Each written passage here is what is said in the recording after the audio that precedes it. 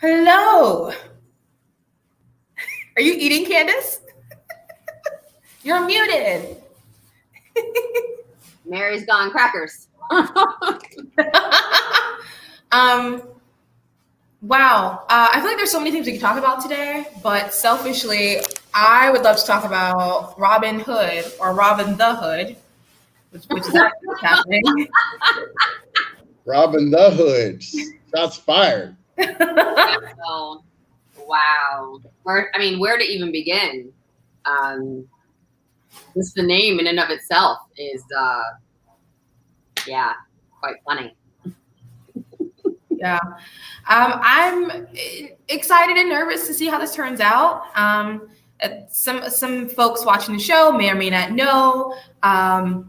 Not to get super detailed about what's going on, there were hedge funds that were shorting certain companies, including GameStop and a few others. And then there was a huge rally on Discord and Reddit to invest in those companies. And it actually did really well over the past couple of days. And Robinhood and TD Ameritrade both made a decision to at first limit trading of those shares and then to completely halt it. And just a few hours later, there is now a class action lawsuit brought on by the Southern District Court of New York. So we'll all see how this plays out. What do you think, Brian? I think it's just got to be hands off. It just seems when retail investors are asked to take a bath on deals, it's just that's the free market. That's what happens. Blah blah blah. When institutional investors take a bath on a bad deal, and deals go bad because of Reddit, deals go bad because of storms. Doesn't matter. Deals go bad. But when institutional investors go bad, then it's like we got to change the rules. We got to bail them out. This is inconsistent. Candace? It's a free market, and that's the way it needs to be. And sometimes people collaborate as they do things, and that's kind of it. Like, what are you going to do? So, I wouldn't want that smoke at all. This may actually sink them. And it's not their first action lawsuit. It's not their first time. And this is actually a good point to bring up for people watching the show as to why certain investors, myself included, I invest in very small capacities on highly regulated industries. Because not only do you have to understand everything about that industry, but you have to understand everything about the governance happening on the federal and state level surrounding that industry. So for me, even the laws that allow Robinhood to exist now are fairly recent. So the things that are being challenged in the class action lawsuit are completely untested. This is incredibly new for everyone. I hate to say unprecedented because that was like the 2020 word of the year, but that's really what it is, right? So no one really knows how this is going to play out. And I hope it works out for all, but it's definitely going to be an interesting show to watch for all these platforms going forward. Yeah. I can say like Coinbase was super active today. And like Bitcoin saw quite a rise. And that's, people may just be turned off again, right? So let's go back to where it works well. Never know. Never know. I hope so. You don't have to answer this, but I'm curious. Do you guys play in crypto? Every morning when I wake up, it's the first thing. She's talking about that today. Yeah. I didn't know that. Tell me more. I have a couple of like recurring things that I purchase. So I got some Ethereum and some Bitcoin, a couple of other like rando cryptocurrencies. And then I also, when people send me money on Cash App, so that stuff is on Coinbase. When people send me money on Cash App, I put it in the stock market. So I don't take any of my Cash App money out. I just throw it right into a group of stocks or Bitcoin because you can choose between the two. Yeah. Right. I feel like I'm showing my age because I was thinking the other day, I was like, I feel like I'm so old. I remember thinking that buying something on eBay with PayPal was risky. You know what I mean? Like, I remember when those were the things we were concerned about. Like, ooh, what's going to happen to my money? Like, who are these strangers on the internet I'm buying things from and bidding? And to think how far we've come in such a short amount of time, it's insane. To the point where now eBay doesn't even use PayPal, right? They just severed that relationship within the last 30 days, I think. I saw a chart the other day of how people meet, and online was like super low, and then this kind of crazy spike where now it's bigger than all other forms combined. It's not even close, right? And yeah, and I'm old enough to remember when meeting someone online was seen as like a weird or different thing, and now it is the complete standard. Wow. And if you think about it, our last 2 employees, we've never met in person, right? Our 2 newest hires. And of all of the portfolio companies, like how many have we not met in person? Well, before we made the investment, right? And even now, like we've not met Abby in person from Allergy Amulet, right? Everyone else we have. We met her here. Yeah, on Right? Twitch. Absolutely right. So strange. That's true. And also a great reminder to everyone watching who might want to participate in the show. As a reminder, we've invested in the first 2 winners of the show, and we're looking at a lot of other companies for potential future investment that were on the show too. So not only do you have the chance to win a $25,000 cash prize, but you also have the chance to receive an investment from our team and other teams that watch the show. Lots of investment firms watch the show and ask for intros afterwards to get to know the companies that have been on previous seasons. So huge upside for the show. Yes, I'm biased when I say that, but I do think it's true. Yeah, and the first 3 companies have raised $6.3 million since we started the show. So I don't think that's unchanging. I can tell already, just based on the way we interact with the portfolio, that we'll at least double that number with just those 3 companies this year.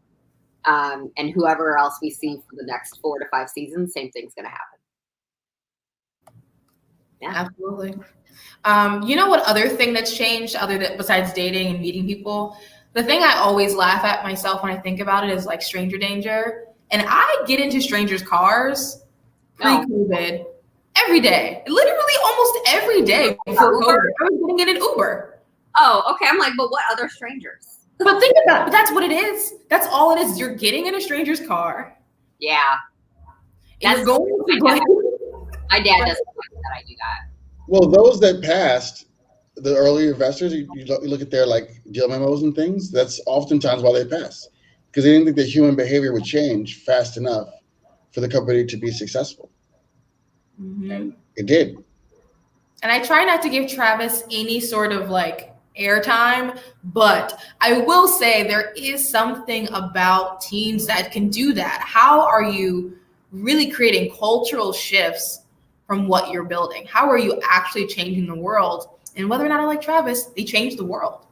Oh, for sure. 100%. No argument. Yeah, good news coming out of Uber, at least in my opinion.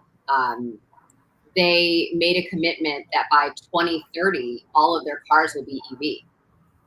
I didn't hear that. That's exciting. Yeah, and I think Brian showed me something earlier. General Motors said that by 2035, all of their trucks will be zero emission. So what does that mean for Uber, though? Does that mean we will only accept drivers who have electric vehicles, or see some programs? I think we're going to see an upside for people getting into some additional debt. So, I mean, it's probably great for the planet. It's probably not so great for the drivers. But we could also be seeing, fully autonomous vehicles. So I'm ready for that. I'm ready. Sign me up. Give me one of those robot cars. I'm ready. Yeah. We'll see. All right. I think we're getting late. How's it going? Yeah, I'm ready. Yeah. Let's rock. Can we rock and roll, Marlon? Can we do that?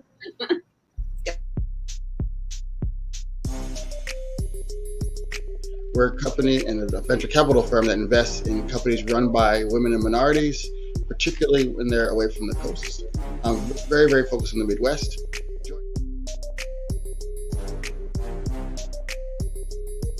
You are watching live the first pitch competition on Twitch, where you, the viewer, have an opportunity to vote for companies that you like best.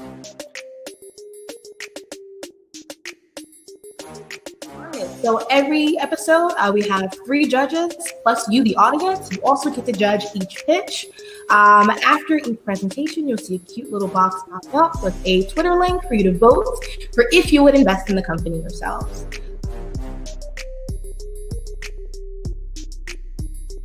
During round 1, we watched as the startups presented their pitch deck in 5 minutes or less. Then the judges began their Q&A. After we selected viewer-submitted questions for the founders to answer, in the end, the audience and judges had the opportunity to vote in the poll below for the company they like best.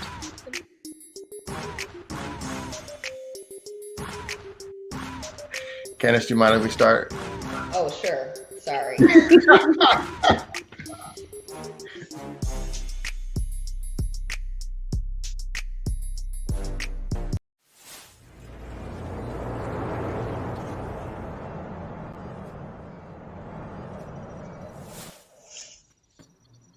All right, and we're back. Oh, I thought I got to pretend to be Brian today. Oh no.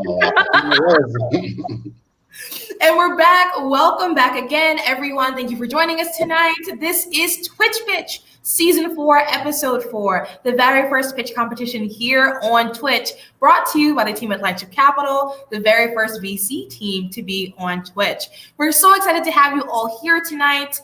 We have really great companies coming up. Can't wait for you all to meet them. But first, we want to give a special thank you to our sponsors of the show. Thanks to JP Morgan Chase. JP Morgan is a global leader in financial services, offering solutions to the world's biggest corporations, governments, and institutions in more than 100 countries.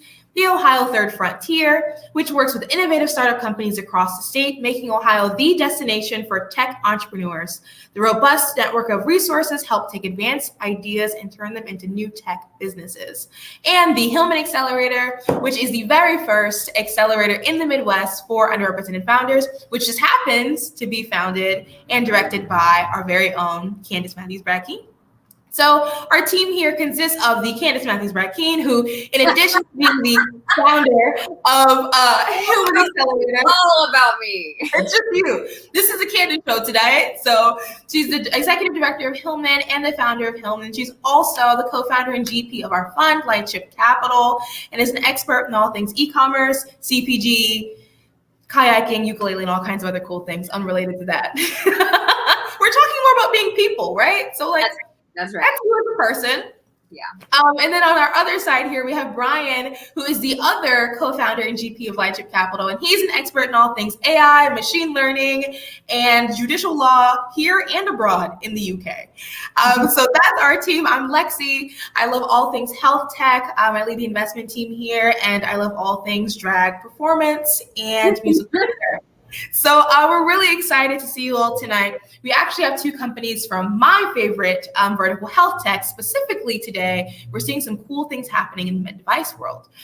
So really excited for you to meet both of the companies who also have pretty interesting roots in Canada and Michigan.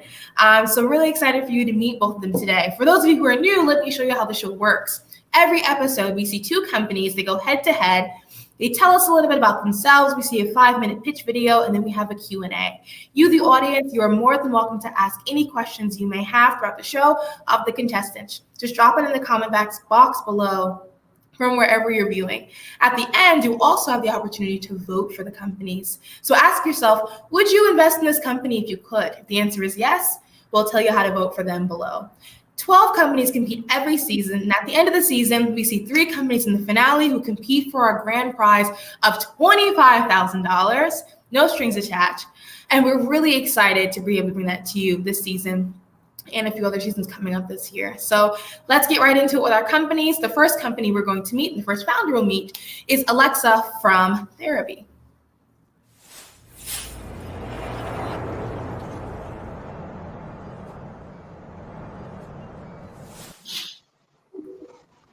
Hi. How's everyone doing? Great. We're great. So you have 1 minute to tell us all about you as a person. Perfect. Well, hi, everyone. My name is Alexa Jones. I'm the founder and CEO of TheraB Medical. But me as a person, I was told not to talk about the company right now. I'm a graduate of Michigan State University. I have a degree in biomedical engineering, and I really love working on medical products. So I'm really happy to be presenting my company here to you today. I'm born and raised in Michigan. I briefly lived in Salt Lake City after college when I worked for Goldman Sachs for a short period between college and working on TheraB. Some of my favorite things to do are hang out with my fiance, my family and friends, and of course my black lab Harvey. And we like to spend time between both our home state of Michigan and New York and the New Jersey area. Thank you.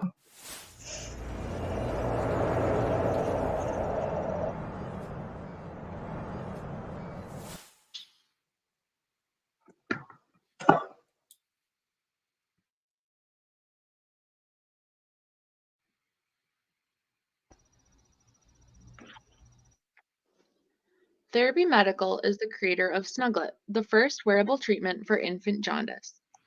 Jaundice is a condition that affects nearly 60% of all babies. Though it's common, jaundice is extremely dangerous and can cause brain damage, cerebral palsy, and even death if it's not treated within the first 2 weeks of life. Jaundice is treated through what's called phototherapy, which is when blue light is shown directly onto the infant's skin. Hospitals currently use outdated light therapy products to treat babies. These products are unsatisfactory to everyone involved: moms, nurses, doctors, and of course, babies. These treatments are clunky and cumbersome, not portable. They cause stress and separation between mother and baby, and they only cover one side of the infant's body.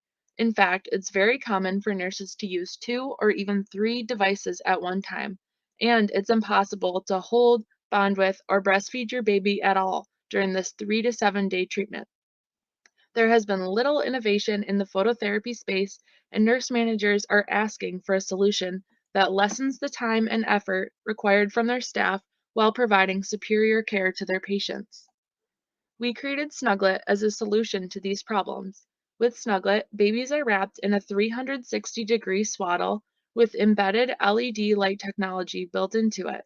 If you can imagine, a swaddled baby is a happy baby compared to laying in a bed with lights shining on them. On top of that, Snuglet also has the potential to decrease a newborn's hospital stay and the potential to reduce readmissions of newborns. This is important since jaundice is the #1 reason why babies are readmitted to the hospital. With the help of over 200 nurses, physicians, and parents, we've developed Snuglet as a modern solution to infant jaundice treatment that prioritizes both effective treatment and the sacred time between mother and baby during the first week of life. Unlike current treatments, Snuglet provides blue light therapy 360 degrees around the infant's body. It's powered by a battery pack, so it's perfect for use both in hospitals and at home. And most importantly, it fosters maternal-infant bonding and breastfeeding without interrupting jaundice treatment. Snuglet's innovative, patented design will be sold using the razor blade revenue model. The capital cost of one Snuglet device in the US is $3,500, which is the immediate gain of the company upon selling the product. In order to continue generating revenue on each device, Snuglet also has a disposable swaddle component. We approximate that for an average 5-day treatment per baby, there will be 2 to 4 disposable swaddles used per day, or 10 to 20 disposables total per baby. Almost 2.5 million babies just in the US alone are affected each year from jaundice. There's an even larger market in India, where we currently have a strategic partner and plans to undergo a pilot. Globally, there are as many as 78 million babies born with jaundice each year. We plan to implement our business through 2 channels, both the hospital channel and DME or home care suppliers. We're starting with the US and Indian markets initially, but we plan to move to other countries after gaining traction. We've worked with or had interest from over 40 hospitals and distributors across the US and even globally. TheraB is formed by a wonderful team of well-rounded individuals with experience in engineering, medical device commercialization, finance, clinical research, and marketing. We're currently in the final stages of product development and plan to submit to the FDA as a Class 2 device by mid-2021. We plan to launch in our first hospitals during pilot studies at 2 US hospitals in California and Indiana, as well as a 30-unit pilot with our strategic partner in India.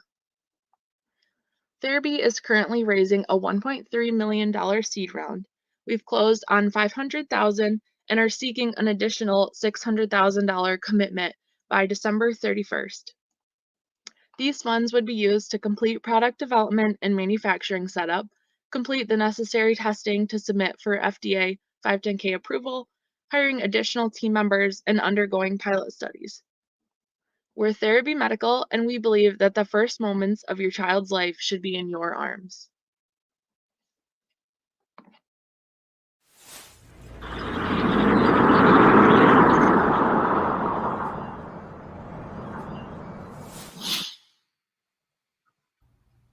That's so awesome. It's so positive. Yeah. Thank you. I'm glad you liked it. Yeah. So Alexa and I got a chance to meet each other a few months ago at, I believe, a Wisconsin event. Is that right, Alexa? Yeah, I think it was the Wisconsin. It was supposed to be in Madison, but of course it was virtual this year. So we met because of that event, but it was over Zoom. I always mess up his name. Bram. Yeah. Bram. Introduced us. He So did. is the fundraise new? Is what? The fundraise that you just closed, the 500K, is that new? Yeah, and actually we submitted this in December, so the dates are a little off. Okay, so congrats but yeah, on the raise. Thank you. That's a huge deal. That's a really huge deal. So what's that going to allow you to do over the next 3 to 6 months? So the raise that we just closed and then the amounts that we're planning on closing in the next few months will pretty much exclusively be dedicated to getting the product ready for FDA submission. And just to be clear, this is what's called a class 2 product. So we don't have to do any clinical studies like you would with a drug or a vaccine or anything like that. We really just have to prove through lab tests that the product is just as effective as a similar product that's already used. So that for us, that means paying for all of the FDA mandated documentation and product design materials, paying for the manufacturing setup and so on, and also paying for and performing and completing those safety tests to prove that the product is safe and effective. And so that's primarily the goal of the next 3 to 5 months, is really getting the product from where it is now to a product that is submittable to the FDA. And at that point, we wait to get a clearance from them. And so do you have someone on your team, or I guess extended team, that is really an expert in that space? So I think you know this. So one of our accelerator portfolio companies is Warmaloo, and I think you know Grace. Yeah, I do. Yep. And so she's been through that entire kind of class 2 process, and it really takes someone who's great at it. So tell me a little bit about the person who's going to be helping with your class 2 submission. So we just hired someone on our TheraB team directly in October who has prior experience with similar products. We also have our manufacturing and product design and development firm. They have regulatory people in their staff. And then on top of those 2 people, we're also hiring a third-party regulatory consultant.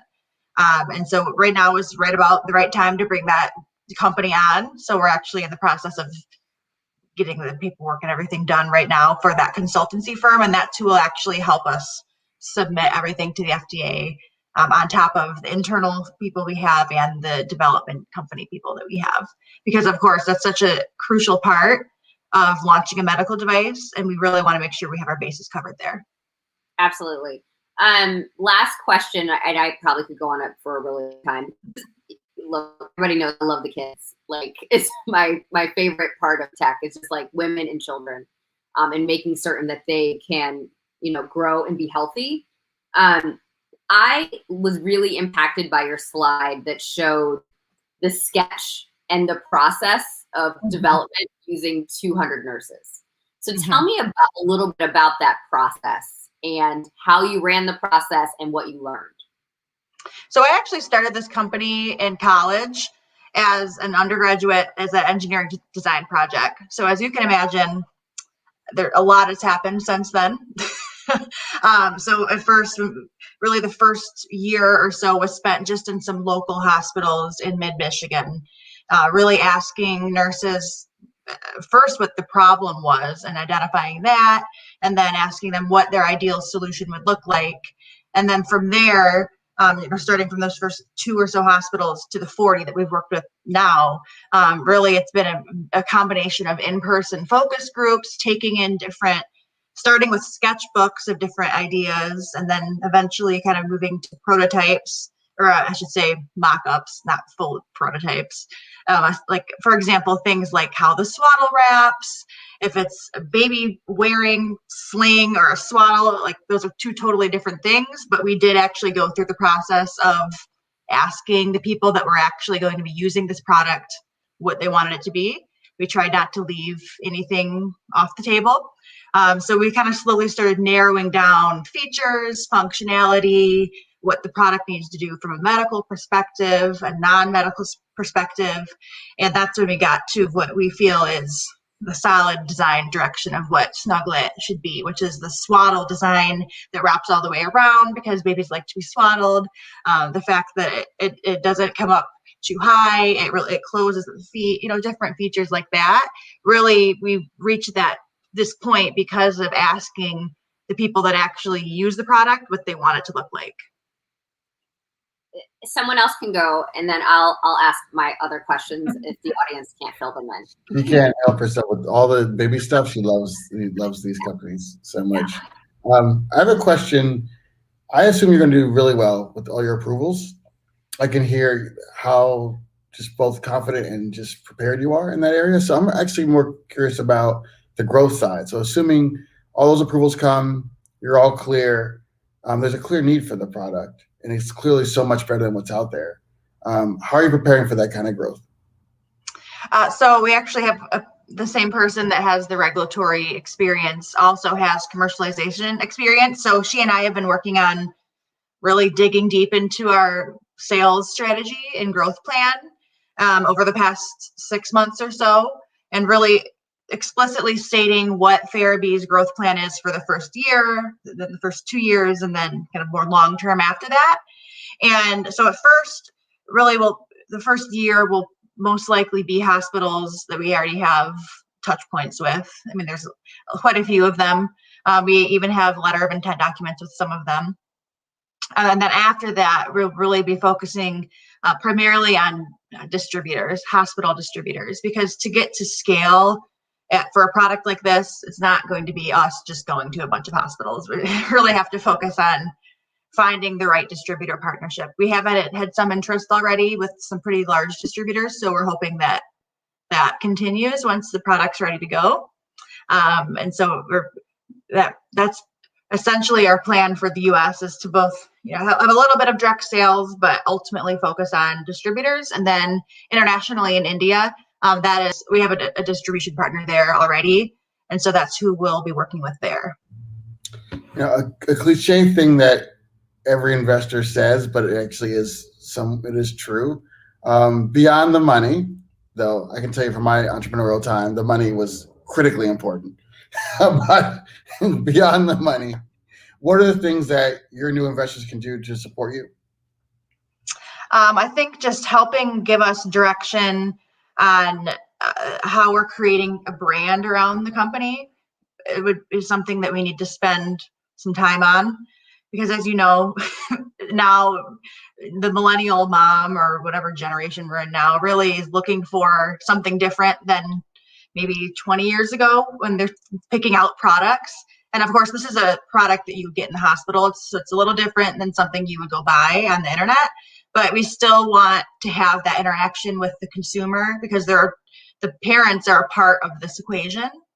And we really want to make this a less scary medical device, if that makes sense. So I think that from an investor perspective, really the branding, marketing, positioning side of things is where we could use some help. We feel like we have a good handle on the product market fit, regulatory, safety, and of course that's most important with this product. But as we're getting closer to launch, I think it would be interesting to look at to get some active investors to help us with the other side of the business. I'll close with this kind of theory, and keeping in mind, I only know what I've learned in this last 5-10 minutes, right? So this could be completely off base, and that's okay. A lot of time investor points are off base, and you have to be able to filter those out as well, because you're the expert. One of the things I've seen in adjacent spaces is sometimes it's hard to convince the hospital to replace A with B, even when B is better, just because the complacency of no, it exists. It's not perfect, but we already have it, blah, blah, blah. So what some people do in this space is say, hey, you could be selling B at a maybe a higher price, give moms an option, right? And this is why it's better for them. And that becomes a new revenue center, a new profit center for you, right? And we can kind of share in that success.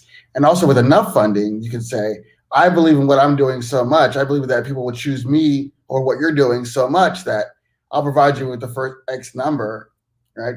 And then we can see that story together, right? So anyway, that could be completely wrong, but just to give you an example of how to kind of think about growth. Yeah, absolutely. Thank you. Excellent. So Alexa, tell me a little bit about if there are any differences between the US and the Indian market for this and what you have to do to be prepared for both. So right now we're not creating two different products. We're creating one product that will fit into both markets at this point.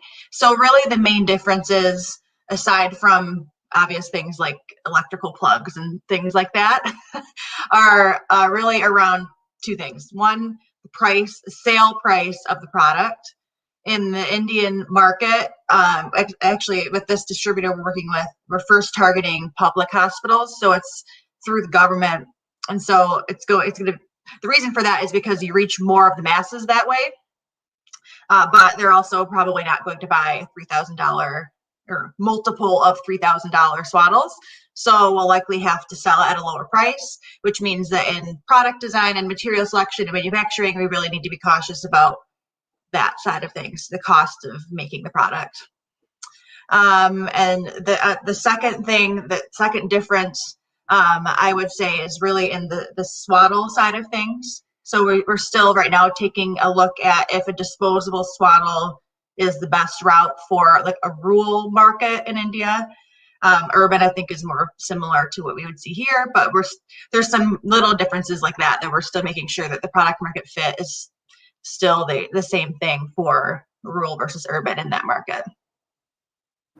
Excellent, thank you.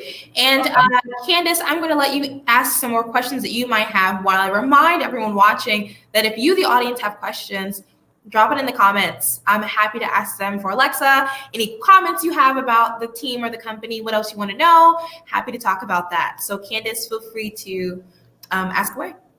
Sure. My question is about the incumbent. So you have a few competitors currently in the market. What big medical device companies own them? So the big ones are GE and Natus, which is I would call that like a medium-sized company, and Philips. Mm-hmm. They've made no adjustments in the last few decades in this space. Well, they've changed so they have a fiber optic device. I don't know if you remember in the slides, there is the picture. One of them was like an overhead tanning bed and the other one is like a little pad the baby lays on. Yes. And that is a fiber optic product where the fiber optics run through a cord to a box.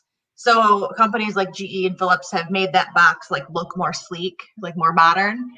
But that's about it in terms of the adjustments. But there's really only so much you can do with a product like that because a fiber optic has to have an external light source.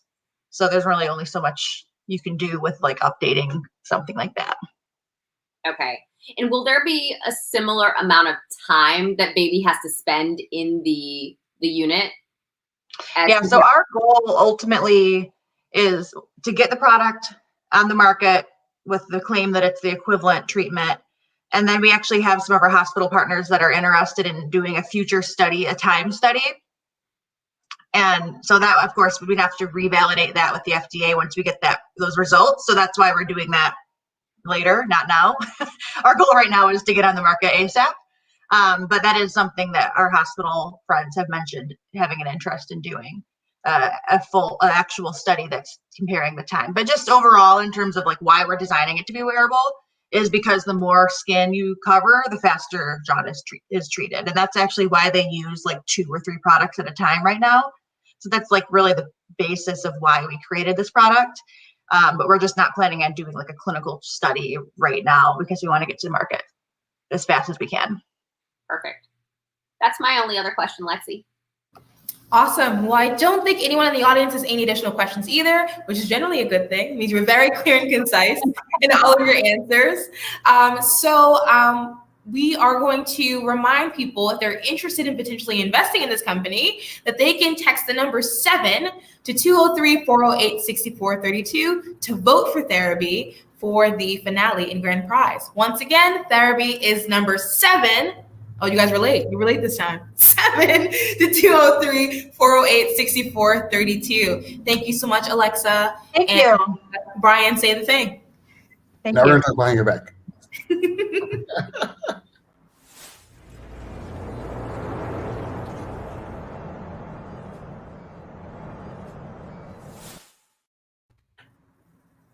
Candace? I mean, jaundice, it's a problem. That's kind of it, right? And we need to solve this problem. So if we're being completely honest, this is a necessary product. It needed to be innovated. It's very difficult to leave a baby anywhere. They're just going to scream. When do babies not scream? When they're being held, when they're being fed, and when they're sleeping. That's kind of it, right? So I could not imagine going through this process as a mother. Neither one of my children had jaundice. And I couldn't do it. So I'm certain that any parent who has a child who has jaundice is going to choose this over something else. That's it. That's all she wrote.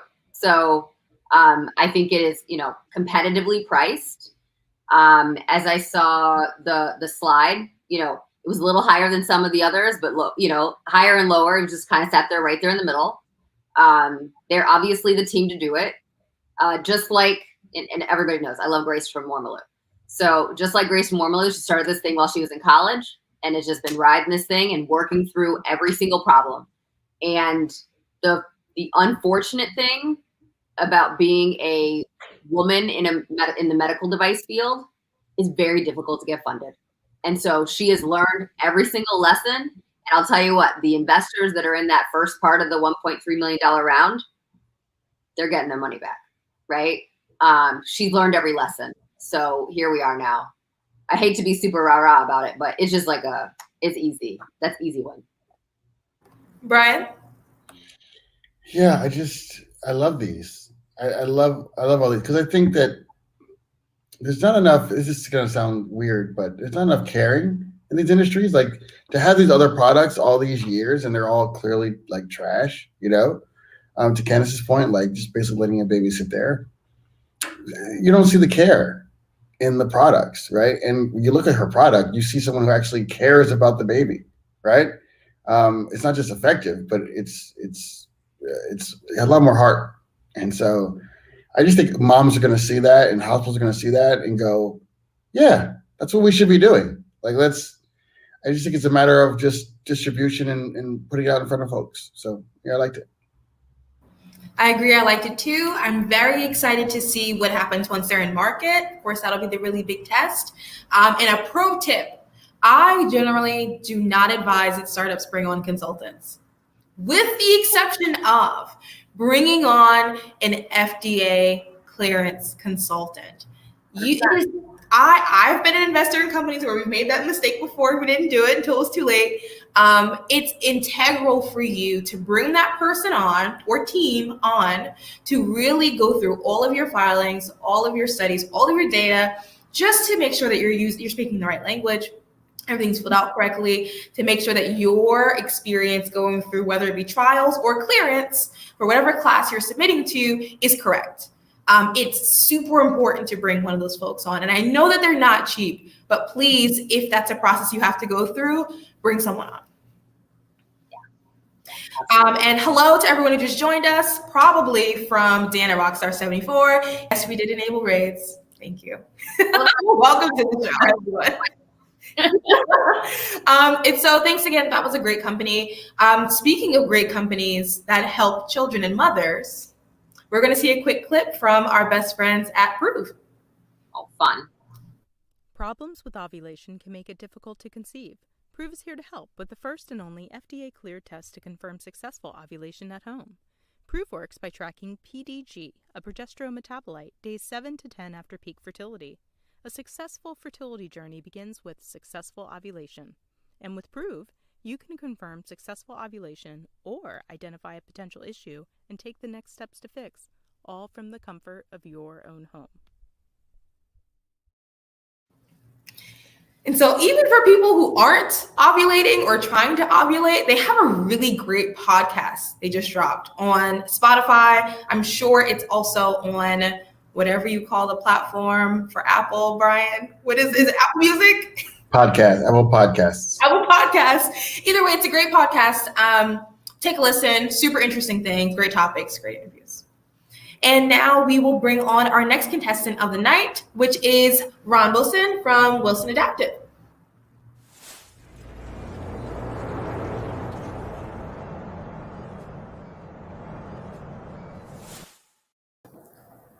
Good evening.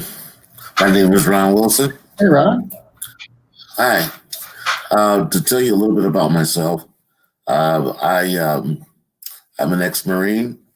I was an electrician. I broke my neck in an industrial accident June 7th, 1993. And the first 2 years after my accident, a little bit more than 2 years, I was unable to take a shower. And we live in a bipedal society. And it's something that you don't think about. Just taking a shower. It's a luxury if you have a spinal cord injury and you lose the ability to walk, or you're morbidly obese, or you're an elderly person. And, well, I'll give you a scenario. A gentleman, 65 years old, had a brain tumor. And he lived in an older home, which the bathroom was on the second floor. There are a lot of homes like this, and he was unable to climb stairs. And he had to resort to taking bird baths or bed baths. And they are ineffective. I know because I had to take those for more than 2 years, and it all depends on the individual that's giving it.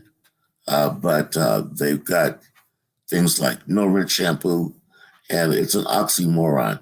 It doesn't work, not for long-term care. And I lived in an apartment, very nice apartment, and it was advertised to be barrier-free. Barrier-free does not mean wheelchair accessible. And a little bit more than 2 years passed, and when I was able to take a shower. With us. Hold on. You've gone over your minute. Sorry. It's okay. I get long-winded. I apologize for that. That's okay. We're going to see your video, and then we'll get to hear more. Sure.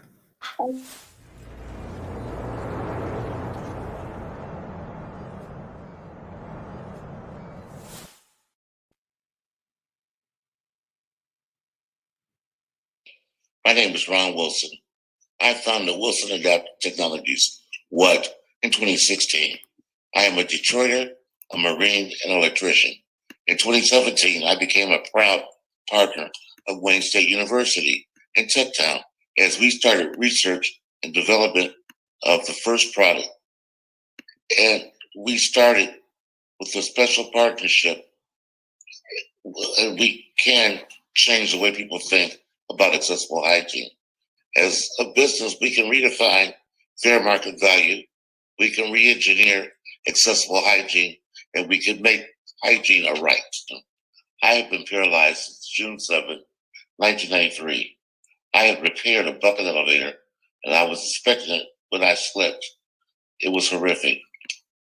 I was life fighting for the University of Michigan. Many people worked hard to save my life. At the end of my 4th month, I told them I was leaving. And the doctors said, Mr. Wilson, you can't leave. And I said, watch me. He said, okay, Ron, give me 30 days and I'll get you home. Why? Because from the time I was in the hospital until 2 years later, I was doomed to taking bed baths. For a long-term solution, it is very unhygienic and you don't feel clean. You're not as clean as you should be. After 2 years, when I moved out of the hospital and moved to a house when I was able to get a shower for the first time. I cried, and an idea was born. When it came time, I brought the idea to TechTown, and Paul Reiser at TechTown, he believed in me, and he opened some doors, and so did Dr. Jared Grogan from Wayne State. There are 61 million adults in the United States with a disability. 1 in 3 have unmet healthcare needs, many of which can be prevented. Showering and bathing present the most crucial obstacles to daily caregiving, and over 200,000 people visit emergency rooms annually because of related injuries. Not surprisingly, the bathroom is also the most commonly remodeled room to accommodate people, with an average cost of $9,000. But there are more hidden costs. Inadequate hygiene has a systematic impact on our physical health, on our mental health, and on our healthcare system. Take a good look at just one striking figure. Federal spending in 2007 was $11 billion on pressure ulcers alone. Our research has extended to conversations with many people who believe we can help, from caregivers to people with limited mobility and disability. The features of our shower bring core values in terms of accessibility, adaptability, and affordability. The Watch shower is accessible mainly because of its size, its ramp system, and how it gives access and control to caregivers. It's adaptable with modular walls, grab bar system, and sensors to monitor water flow and temperature. The design of the gray shower also allows accessibility with strong modular walls and even more affordability in mind. In comparison to the other showers on the market, the projected cost of the Watch shower and the gray shower will redefine fair market value. We have found great opportunities in the current market with room for quality engineering while meeting our mission for affordability. Shower Bay currently makes sales with a weaker product at a higher price point. We're working our way into what economists call the hidden market, which the spending power of aging adults and people with disabilities is about $490 billion. Our financial overview for 2021 is built around product development, operations, and marketing expenses. We need funding urgently to break through to alpha prototyping so that we can finish testing and enter the beta phase. So far, people love our mission and our prototypes. We hope you do too. In closing, I'd like to thank you for your consideration and your time.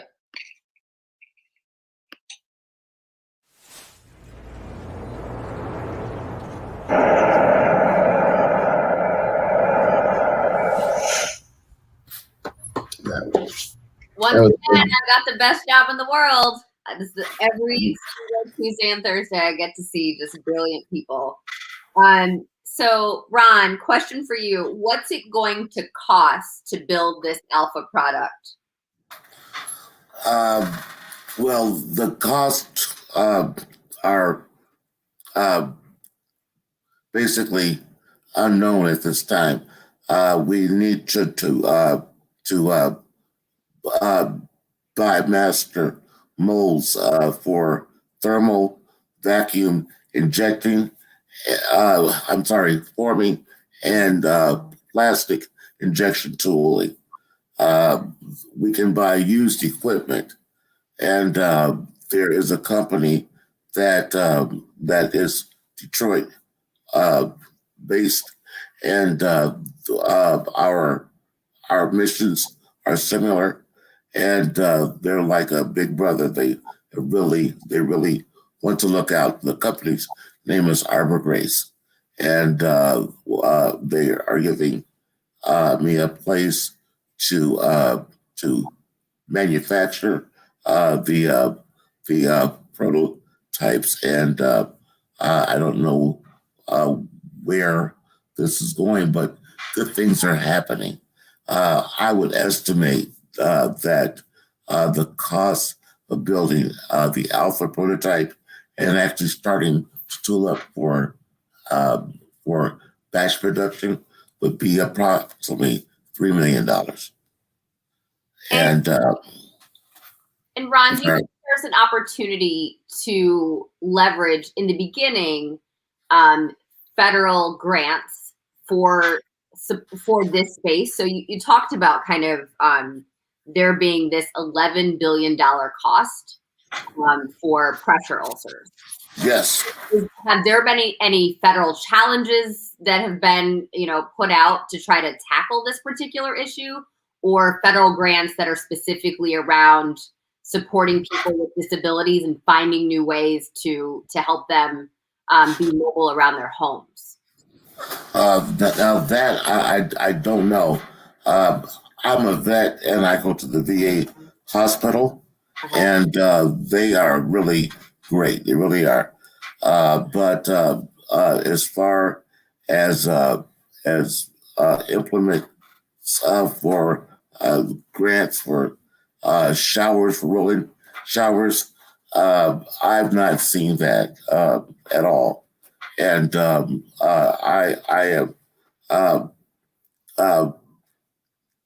I've not seen that, but there most places I would say are not proactive; they're reactive, and it's well, I believe that I can make a valid case to both the VA and to Medicare as to why they should buy this system. I spoke with a gentleman that is a district manager of prosthetics at the VA, and he told me, he says, Mr. Wilson, he says, we would be very eager to work with you. He says, all you have to do is show a patent, and we'll bend over backwards to work with you. And initially, Paul Reiser sent me to the U.S. Patent and Trade Office, and the regional office happens to be downtown Detroit. And I spent 3 months there all summer doing my research, when I was confident that my design did not infringe on any existing design. I went back and saw Paul. And by that time, Dr. Grogan was busy. And another university in Detroit, I had worked with them the year prior, and I was invited back. And we'll make a long story short, I pitched my design, and I was left out of the loop. And I met with them once at the end of the first semester, and gave some ideas. And the next time I was invited back was the day before the media was going to, they were going to do a presentation at the VA hospital. And what I saw, I was fit to be tied, okay? And I was very embarrassed that my name was associated with this prototype. And well, at any rate, Dr. Grogan and I got together shortly thereafter, and I had this idea in my head. Dr. Grogan, his background is in English rhetoric, and I'm like, what does he know about engineering? And the answer is everything. He's got all these students, and I worked with several teams every semester, and every semester the can got kicked down the road a bit more and a bit more. And it's been a privilege and a pleasure. Wayne State, I hope that other universities will emulate what they're doing there, because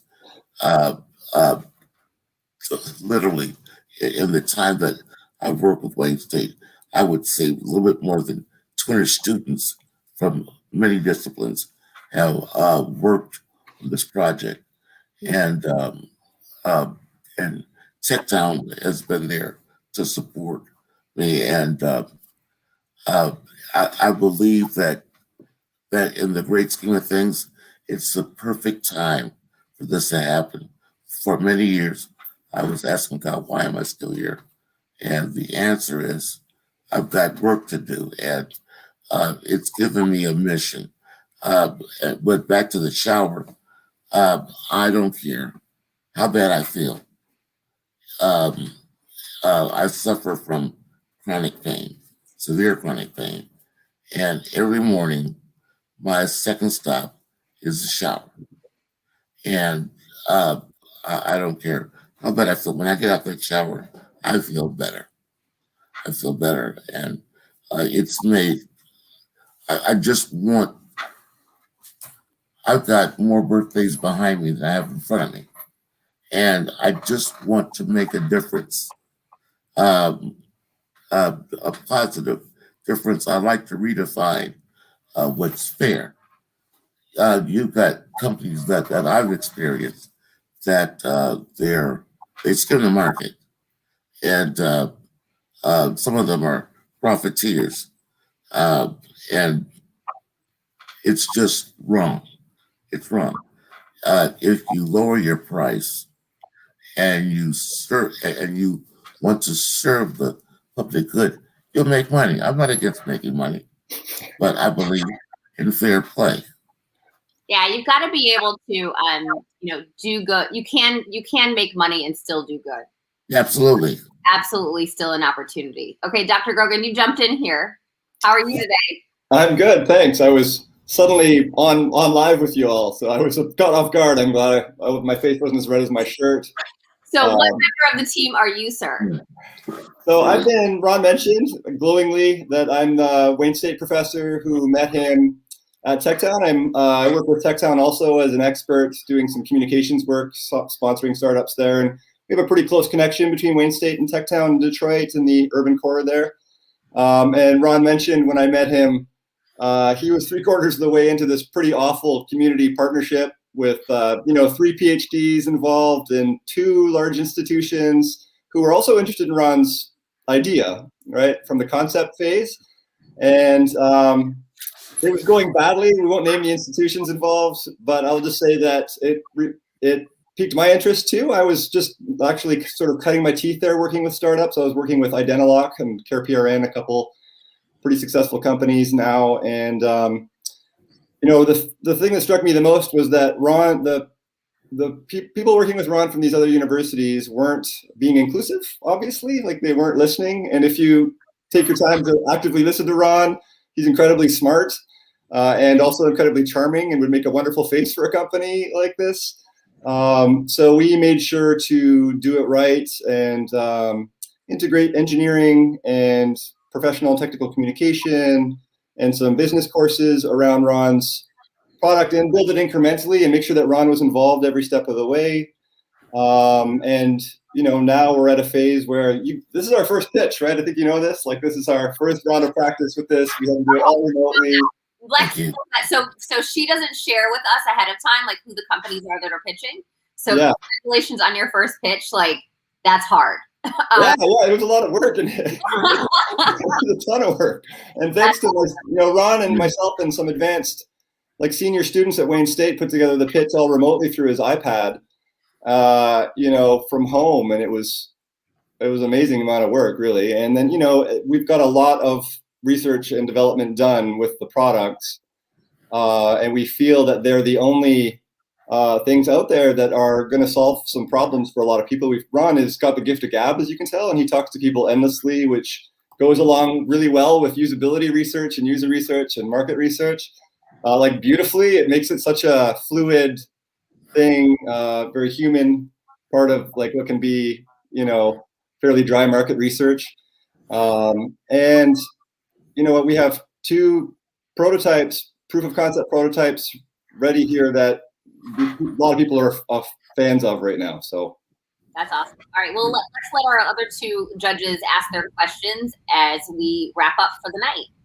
Yeah, I just had maybe more of a comment, which is The pitch was actually really, really good. In fact, you do a number of things that we teach entrepreneurs to do, even after they've already been pitching. We're usually trying to get them to your level. One of the things that I was really struck by was talking about taking that first shower and crying, and that rawness and that vulnerability.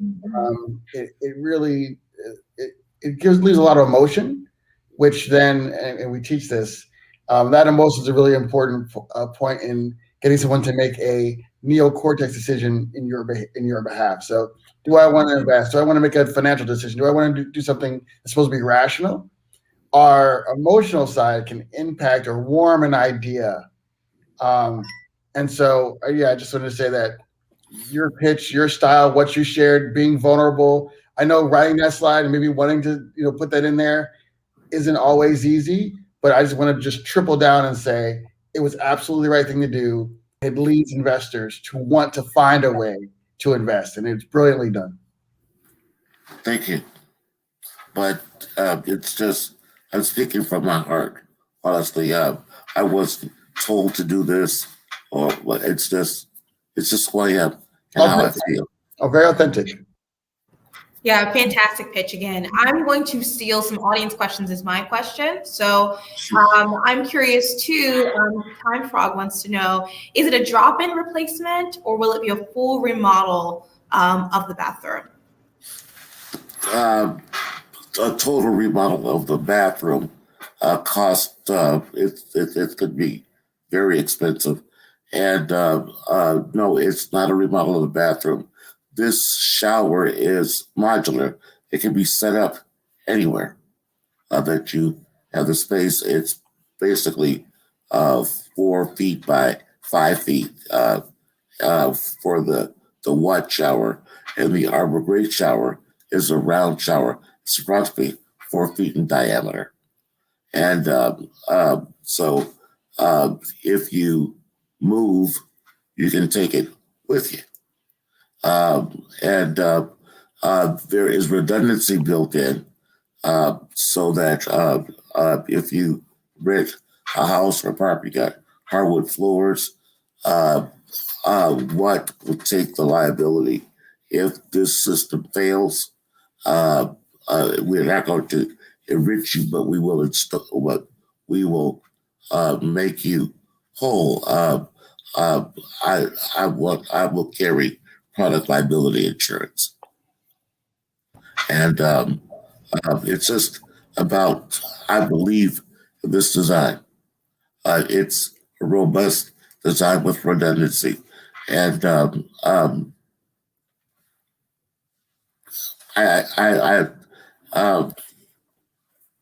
got an electrical mechanical background, and I strongly believe in my design. Absolutely. We're just going to take one more question tonight, just for time's sake, from Hasbot88. Can you adapt the showers with different grab bars? Yes, with grab bars. Both the round and the rectangular shower both have grab bars. Excellent. And I'll just say, there's a lot of love for your team and this product in the comments right now. I don't know if the both of you have time to see it, but people are really excited about this and really excited that you guys are here tonight. Thank you so much. Thank you. All right, and now we're going to talk about your pitch behind the back, just like investors do. Thank you very much, Joe. Thank you, guys.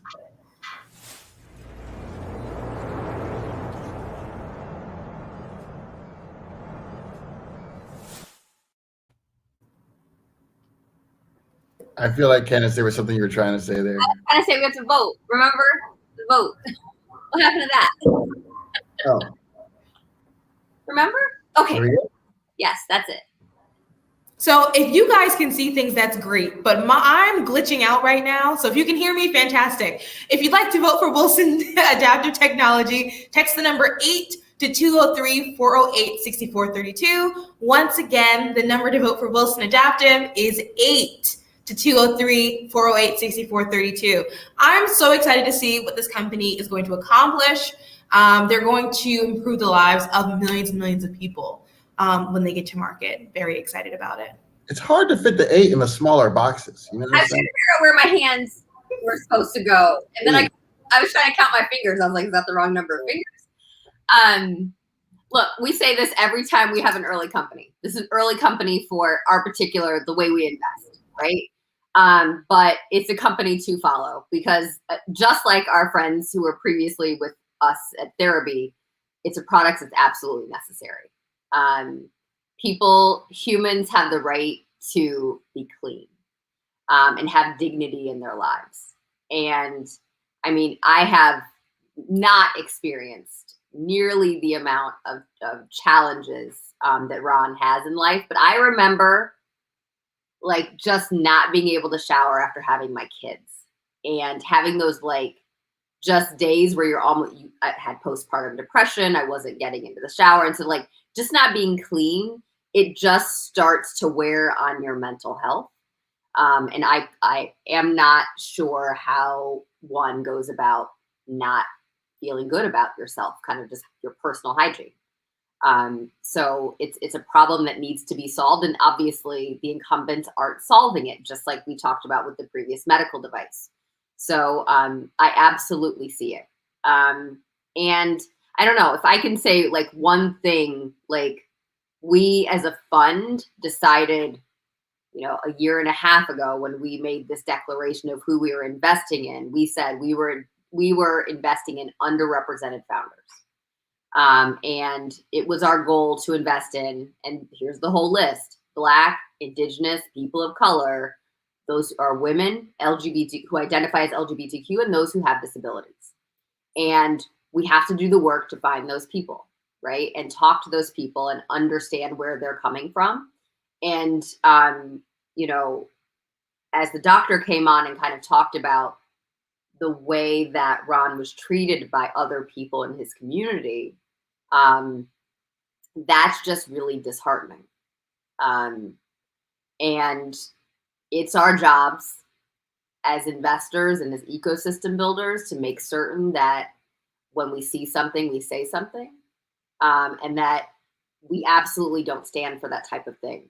And I am really impressed with the team at Wayne State and the students and the work that they did to make certain that Ron was ready, because mentally he's absolutely ready, right? But he needed a little bit of help getting his pitch together. And he deserved that just like anyone else would deserve it. So that was one of my favorite pitches this season. Absolutely. Yeah, I feel the same way. I think about Tech Town and the work that they're doing. Yeah. We've met them a number of times. We've met with them. God's work down there. We should share this with them. We should. Yeah. I think they'd be very proud, I'm sure. So we'll make sure we send the link out to them afterwards. They're all about making sure everybody has a fair chance. Everybody's got a shot in Detroit and beyond. And so, yeah, it's groups like that are doing the work on the ground that help us to find companies to invest in. Like we're focused on the Midwest, but even the Midwest is a big area, right? So it's all about the partners you have in places that can help you do things. And Ron is just unbelievably inspiring. It just really kind of tugs at the heartstrings. And the product is good. The need is there. There is a market for it. I think Time Frog just mentioned dignity being important, and helping to restore it is really, really big. As an investor, you want to invest in things that are making the world a better place. It's just, it feels so much better. You got to have returns, got to do well. But if you can do that and make the world a better place, it's huge. So that's why I think Ron will do well ultimately. I agree. Once again, this is such a great episode with companies not only doing really important things in terms of growing things for their community, but really all of mankind, and making a profit along the way. We talk about it a lot internally, but doing good and making a lot of money, they're not mutually exclusive. So we're always excited to see companies that are doing something at the intersection of both. So thank you again, everyone who joined us. We hope you enjoyed this episode. This has been episode 4 of season 4 of Twitch Pitch. For those of you who are new, we do this every Tuesday and Thursday at 7 p.m. Eastern, right here on Twitch or wherever you're watching us. Feel free to follow us here on the channel and tune into the next episode. So we have only a couple of more episodes left in the season, and then we get to the finale. So we're really excited. Tune in on Tuesday. I'm totally forgetting what day of the week it is. So tune in on Tuesday. You have a couple of extra days to see 2 more companies compete. We will see you then. Thank you again to all of our fantastic sponsors, especially JP Morgan Chase, Ohio Third Frontier, and the Hillman Accelerator. And we'll see you next week. Thank you, everyone. Good night.